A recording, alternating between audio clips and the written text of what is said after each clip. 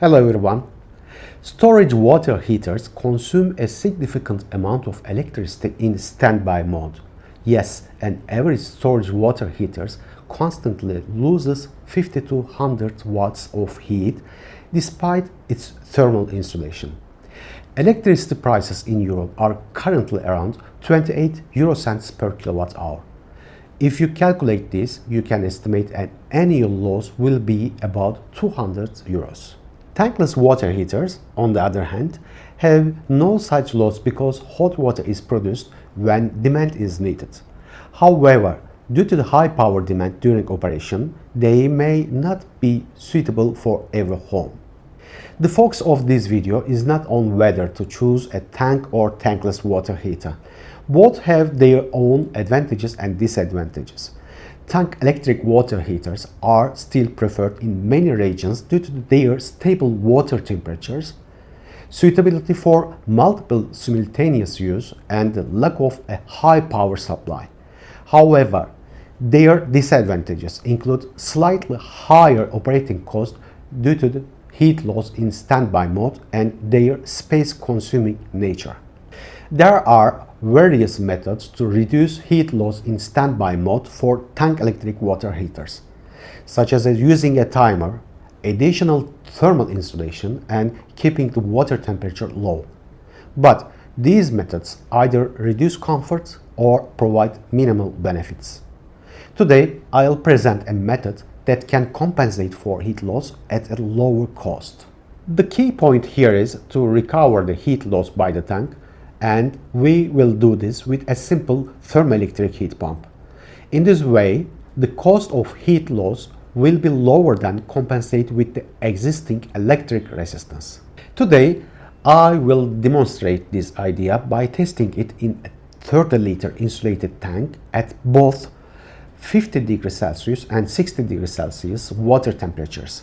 In this experiment, I will first measure the tank insulation loss, then measure the energy saved when we use the thermoelectric heat pump, and then calculate the estimated annual potential savings for a 100-liter tank heater. Heat loss is caused by the difference between the water temperature and room temperature. Therefore, water temperature is a significant factor in heat loss. In storage water heaters, the water temperature is mostly maintained at 60 degrees Celsius to reduce the risk of Legionella. This temperature both kills Legionella bacteria and increases the heater's heat storage capacity. However, it also increases heat loss and it needs a mixing valve to regulate the temperature to 38 to 42 degrees Celsius at the point of use. A water temperature of 60 degrees Celsius poses a scalding risk and is particularly dangerous for children. Alternatively, if you want to maintain your water heater at 50 degrees Celsius, it's crucial to perform thermal disinfection by briefly raising the water temperature above 60 degrees Celsius for weekly or 3-day periods. Local authorities' recommendations should be considered in this regard. Now let's talk about how to perform the test. First, I'll measure the heat loss at 50 and 60 degrees Celsius using a 30-liter tank with 25 mm rubber foam insulation. Then I'll calculate the percentage of energy saved by using a thermoelectric heat pump for both options.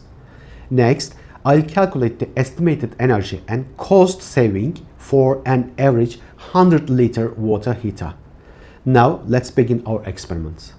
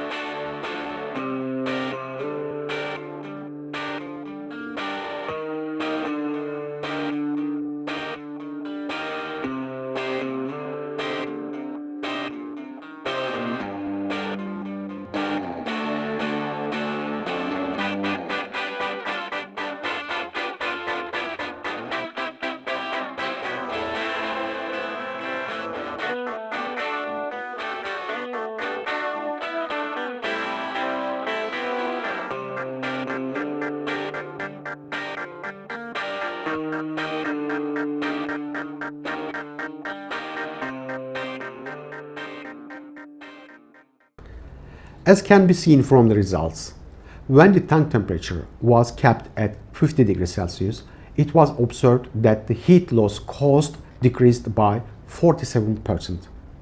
And when the tank temperature increased to 60 degrees Celsius, a 27% saving was observed. According to these results, the addition of a mini thermoelectric heat pump will pay for itself in approximately 1 to 2 years and will continue to provide savings. Considering that the economic life of tank electric water heaters are 10 to 15 years, this system will pay back the purchase cost of the tank several times over.